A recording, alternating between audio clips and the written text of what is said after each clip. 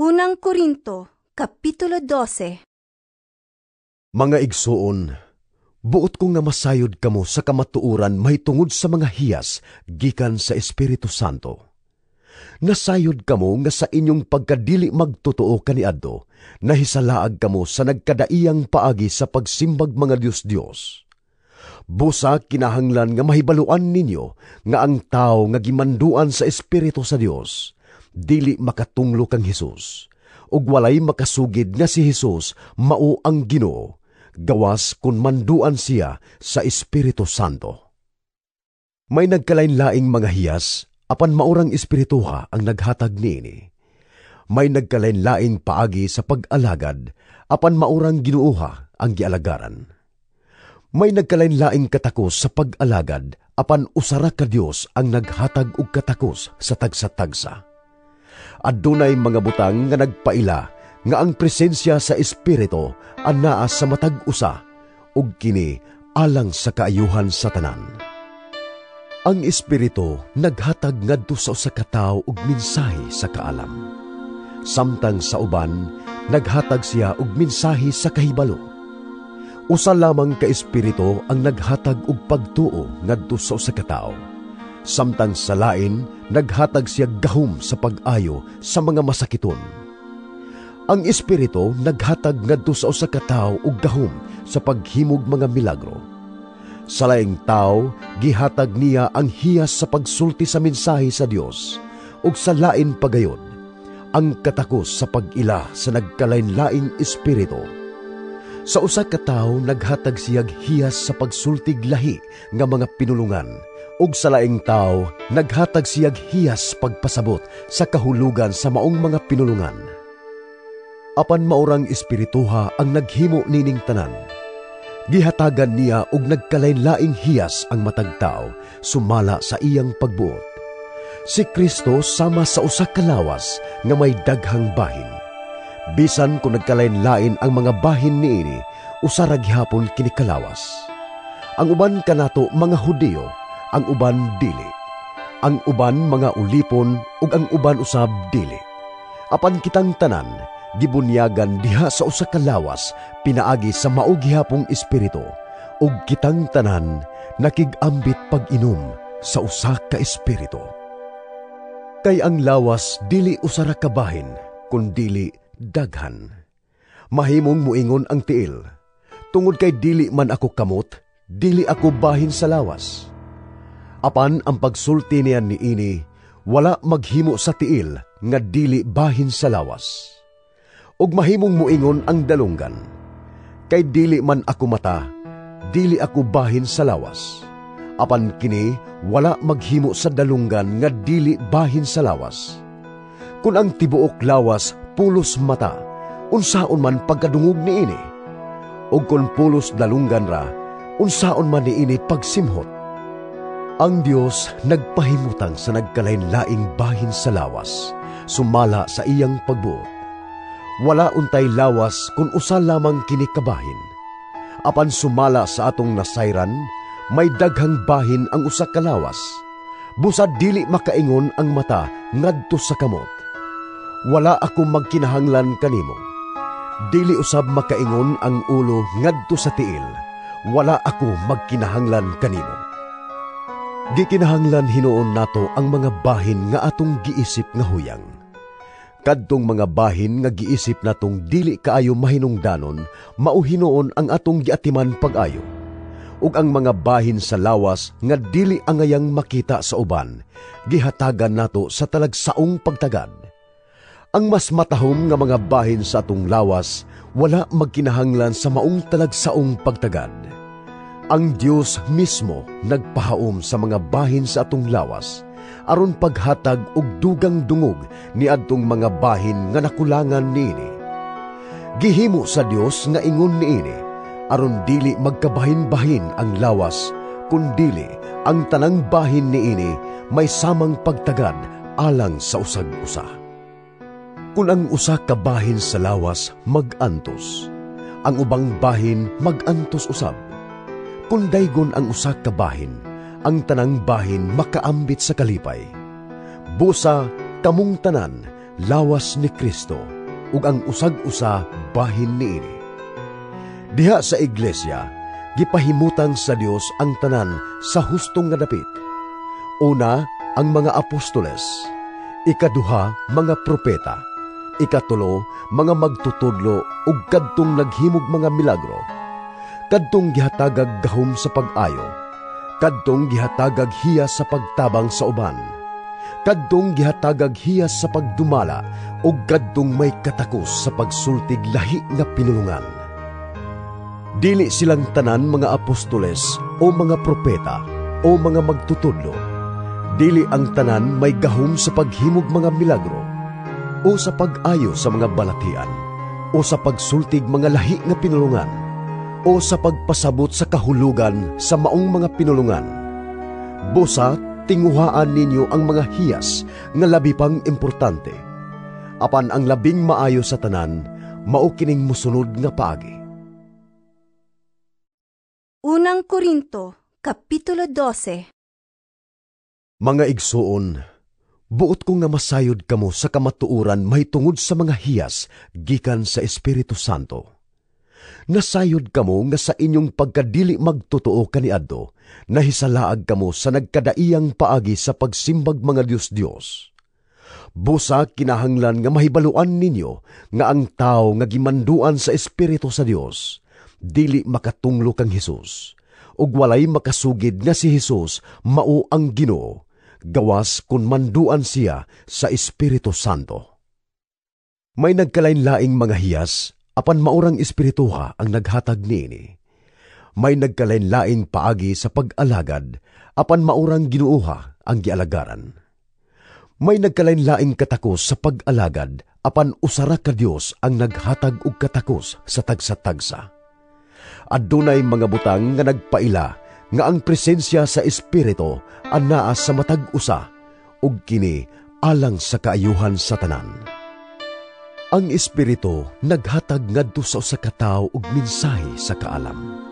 Samtang sa uban naghatag siya og mensahe sa kahibalo. Usa lamang ka Espiritu ang naghatag og pagtuo ngadto sa usa ka tawo. Samtang sa lain, naghatag siya gahom sa pag-ayo sa mga masakiton. Ang Espiritu naghatag ngadto sa usa ka tawo og gahom sa paghimog mga milagro. Sa laing tawo, gihatag niya ang hiyas sa pagsulti sa mensahe sa Dios, ug sa lain pagayod, ang katakos sa pag-ila sa nagkalain-laing Espiritu. Sa usa ka tawo naghatag siyag hiyas sa pagsultig lahi nga mga pinulungan, ug sa laing tao, naghatag siyag hiyas pagpasabot sa kahulugan sa maong mga pinulungan. Apan maurang espirituha ang naghimo nining tanan. Gihatagan niya og nagkalain-laing hiyas ang matag tao, sumala sa iyang pagbuot. Si Kristo sama sa usa ka lawas nga may daghang bahin. Bisan kung nagkalain-lain ang mga bahin niini, usara gihapon kini kalawas. Ang uban kanato mga Hudiyo, ang uban dili. Ang uban mga ulipon ug ang uban usab dili. Apan kitang tanan, gibunyagan diha sa usa ka lawas pinaagi sa mao gihapong espiritu, ug kitang tanan nakig-ambit pag-inom sa usa ka espiritu. Kay ang lawas dili usara ka bahin, kundili daghan. Mahimong muingon ang tiil, tungod kay dili man ako kamot, dili ako bahin sa lawas. Apan ang pagsulti niya niini, wala maghimo sa tiil nga dili bahin sa lawas. Ug mahimong muingon ang dalunggan, kay dili man ako mata, dili ako bahin sa lawas. Apan kini wala maghimo sa dalunggan nga dili bahin sa lawas. Kung ang tibuok lawas pulos mata, unsaon man pagkadungog niini? Ug kung pulos dalunggan ra, unsaon man niini pagsimhot? Ang Dios nagpahimutang sa nagkalain-laing bahin sa lawas, sumala sa iyang pagbuot. Wala untay lawas kung usa lamang kini kabahin. Apan sumala sa atong nasayran, may daghang bahin ang usa ka lawas. Busa dili makaingon ang mata ngadto sa kamot. Wala ako magkinahanglan kanimo. Dili usab makaingon ang ulo ngadto sa tiil. Wala ako magkinahanglan kanimo. Gikinahanglan hinuon nato ang mga bahin nga atong giisip nga huyang. Kadtong mga bahin nga giisip natong dili kaayo mahinungdanon, mao hinuon ang atong giatiman pag-ayo. Ug ang mga bahin sa lawas nga dili angayang makita sa uban, gihatagan nato sa talagsaong pagtagad. Ang mas matahom nga mga bahin sa atong lawas, wala magkinahanglan sa maong talagsaong pagtagad. Ang Dios mismo nagpahaom sa mga bahin sa atong lawas, aron paghatag og dugang dungog ni adtong mga bahin nga nakulangan niini. Gihimo sa Dios nga ingon niini, aron dili magkabahin-bahin ang lawas, kundili ang tanang bahin niini may samang pagtagad alang sa usag-usa. Kung ang usa ka bahin sa lawas mag-antos, ang ubang bahin mag-antos usab. Kung daygon ang usa ka bahin, ang tanang bahin makaambit sa kalipay. Busa kamong tanan lawas ni Kristo, ug ang usag-usa bahin niini. Diha sa iglesia, gipahimutang sa Dios ang tanan sa hustong nga dapit. Una, ang mga apostoles. Ikaduha, mga propeta. Ikatulo, mga magtutudlo ug kadtong naghimog mga milagro. Kadtong gihatagag gahom sa pag-ayo. Kadtong gihatagag hiyas sa pagtabang sa uban. Kadtong gihatagag hiyas sa pagdumala ug kadtong may katakos sa pagsultig lahi nga pinulungan. Dili silang tanan mga apostoles o mga propeta o mga magtutudlo.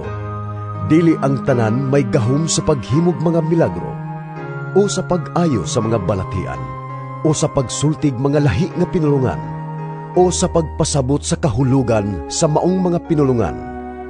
Busa, tinguhaan ninyo ang mga hiyas nga labi pang importante. Apan ang labing maayo sa tanan, mao kining mosunod nga paagi. Unang Korinto, Kapitulo 12. Mga igsuon, buot kong nga masayod kamo sa kamatuuran may tungod sa mga hiyas gikan sa Espiritu Santo. Nasayod kamo nga sa inyong pagkadili magtotoo kaniadto, nahisalaag kamo sa nagkadaiyang paagi sa pagsimbag mga Diyos-Diyos. Busa kinahanglan nga mahibaluan ninyo nga ang tao nga gimanduan sa Espiritu sa Dios, dili makatunglo kang Hesus, ug walay makasugid nga si Hesus mao ang Ginoo, gawas kun manduan siya sa Espiritu Santo. May nagkalain-laing mga hiyas, apan maurang espirituha ang naghatag niini. May nagkalain-laing paagi sa pag-alagad, apan maurang Ginooha ang gialagaran. May nagkalain-laing katakos sa pag-alagad, apan usara ka Dios ang naghatag og katakos sa tagsa-tagsa. Adunay mga butang nga nagpaila nga ang presensya sa Espiritu anaa sa matag usa, ug kini alang sa kaayuhan sa tanan. Ang Espiritu naghatag ngadto sa usa ka tawo og mensahe sa kaalam. Samtang sa uban, naghatag siya og mensahe sa kahibalo. Usa lamang ka Espiritu ang naghatag og pagtuo ngadto sa usa ka tawo. Samtang sa lain, naghatag siya gahom sa pag-ayo sa mga masakiton. Ang Espiritu naghatag ngadto sa usa ka tawo og gahom sa paghimog mga milagro. Sa laing tao, gihatag niya ang hiyas sa pagsulti sa mensahe sa Dios, ug sa lain pagayod, ang katakos sa pag-ila sa nagkalain-laing espiritu. Sa usa ka tawo naghatag siyag hiyas sa pagsultig lahi nga mga pinulungan, ug sa laing tao naghatag siyag hiyas pagpasabot sa kahulugan sa maong mga pinulungan. Apan maurang espirituha ang naghimo nining tanan. Gihatagan niya og nagkalain-laing hiyas ang matag tao sumala sa iyang pagbuot. Si Kristo sama sa usa ka lawas nga may daghang bahin. Bisan kung nagkalain-lain ang mga bahin niini, usa ra gihapon kini kalawas. Ang uban kanato mga Hudiyo, ang uban dili. Ang uban mga ulipon ug ang uban usab dili. Apan kitang tanan gibunyagan diha sa usa ka lawas pinaagi sa mao gihapong espiritu, ug kitang tanan nakig-ambit pag-inom sa usa ka espiritu. Kay ang lawas dili usa ra ka bahin, kundili daghan. mahimong muingon ang tiil. Tungod kay dili man ako kamot, dili ako bahin sa lawas. Apan ang pagsulti niyan ni ini, wala maghimo sa tiil nga dili bahin sa lawas. Ug mahimong muingon ang dalunggan, kay dili man ako mata, dili ako bahin sa lawas. Apan kini wala maghimo sa dalunggan nga dili bahin sa lawas. Kung ang tibuok lawas pulos mata, unsaon man pagkadungog ni ini? O kung pulos dalunggan ra, unsaon man ni ini pagsimhot? Ang Dios nagpahimutang sa nagkalain-laing bahin sa lawas, sumala sa iyang pagbuot. Wala untay lawas kung usa lamang kini kabahin. Apan sumala sa atong nasayran, may daghang bahin ang usa ka lawas. Busad dili makaingon ang mata ngadto sa kamot. Wala ako magkinahanglan kanimo. Dili usab makaingon ang ulo ngadto sa tiil. Wala ako magkinahanglan kanimo. Gikinahanglan hinuon nato ang mga bahin nga atong giisip nga huyang. Kadtong mga bahin nga giisip natong dili kaayo mahinungdanon, mao hinuon ang atong giatiman pag-ayo.